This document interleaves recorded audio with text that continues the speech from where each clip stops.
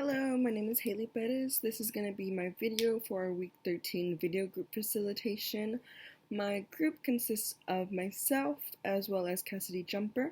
So for this assignment, we focus our population on single mothers, specifically those who are minorities, as well as with their background being women and minorities, they are more at risk. This is due to them being single mothers as well as different factors that are a part of their lives. This leads them to have a higher stress level as well as having to deal with day-to-day tasks and resources that they have available to them. So since they are a population at risk, they are often having high stress levels. With being a social worker, you have a specific role to provide to your clients. So with working with the population of single mothers, specifically those who are of a minority background and women of color, they are at risk and there's definitely a need for emotional support. As for the focus, looking at stress relief assistance is a need for sure. So this is a need, especially when there's disorganization around the client's life. This may involve around money, accommodation of emotions, and their relationship with others and any childcare troubles that they may have. So this can be getting someone to watch the child, especially someone that they trust. So with this need for emotional support, looking and focusing on stress relief, as mentioned, there's disorganization. So with being able to bring these stress levels down, we will be able to provide the mothers with a better experience as they will be able to take care of their needs, as well as set an example for organizing their life and being able to combine their emotions and their relationships in their life to work together and kind of benefit one another and balance each other in a way. So these factors, as I mentioned, can be major issues, especially as a single mom. It can be hard to get someone to take care of your child, especially a safe environment, as I previously mentioned. And oftentimes, these single mothers have other things to do, such as having to work, go to school, and just take care of day-to-day activities. So that can often lead them to having to leave their child on their own. So as a social worker, giving the opportunity to listen to a parent and a chance for them to share their internal feelings, challenges, and life experience can be beneficial to the mothers, because not only are they affected by any vulnerability they may have, but that definitely continues on to the child's life as a generational effect. So with giving it a chance to the mother to share their internal feelings and experiences, it's an outlet for them to let out things that they may have bottled up for such a long time, as well as things that they may not share with other people. So sometimes it may only be them as a single mom. They might not have a whole support system. They may have to do it all on their own, so they can't just go and tell anyone these feelings or challenges that they're experiencing.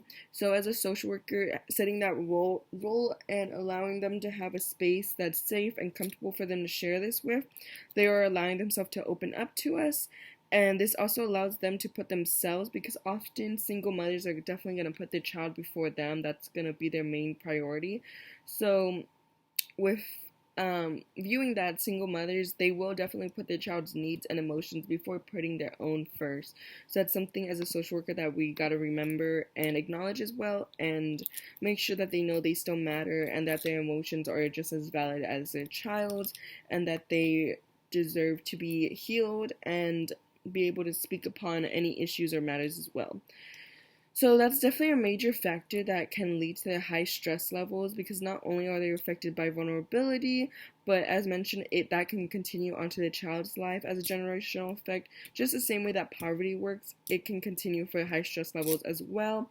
So if a mother doesn't get out of a very stressful situation and environment, that child will continue and grow up in that environment, as well as experience the same factors and emotions just as their mother may have experienced. So it's definitely an important role with identifying the stressors that are in their life. This is important so that we can provide aid and resources, as well as coping strategies when it comes to stress relief. Personal strategies for the single mothers can include ensuring that their physical and mental well-being is in the best intent, or as well as improving over time versus deteriorating. So other factors that could go into looking into this can include good nutritional balance, sleep, well as relaxation and self-care methods, which is something that we definitely emphasize in social work and should be pushed onto our clients as well for them to practice and take a part of.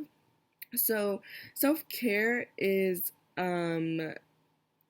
definitely should be pushed for the client to take care of herself, as well as make sure that her needs are addressed and not to be overlooked, because there's so many factors going on in their life. And as I mentioned, sleep, having a good sleeping schedule can benefit for themselves as well as for the mothers, as a mother can have more energy after sleep, getting a better sleep schedule, and being able to provide for the child in a better sense versus being tired and dragging all the time. So it's important for that to be addressed and reevaluated. And as I mentioned, these factors also control the stress in the client's life. So if these self-care methods aren't very much working, or if they're lacking, it can lead directly back to the high stress levels the mother may be experiencing. So improving these skills will help take care of the stress, and being able to for the mother to put in an effort shows that they're willing to work towards bettering themselves as well as the child's life in order to move forward. Options for bettering the life can include benefits and resources that we have available. So these resources can meet the mother's and child's needs. This includes examples are SNAP benefits, medical assistance programs, and assistance with basic needs. This can include housing, clothing, and diapers, as well as WIC. So all of those can benefit the mothers and can provide the needs, as well as break down the barriers they may not have from receiving those beforehand. So as a social worker, claiming these resources and providing them to our client is very important, but before doing that, there's definitely a screening and intake process. So this process provides the detail of the client's situation as well as what problems they may be having.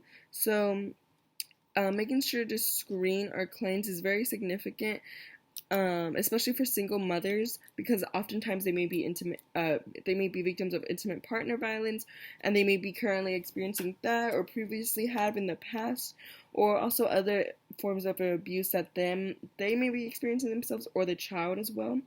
Also, assessing a biopsychosocial on the clients can help to encompass different characteristics and factors. This can be done through a biological sense, psychological, and as well as part of the social factors. So looking at their relationships, their jobs, other things of those that affect them socially.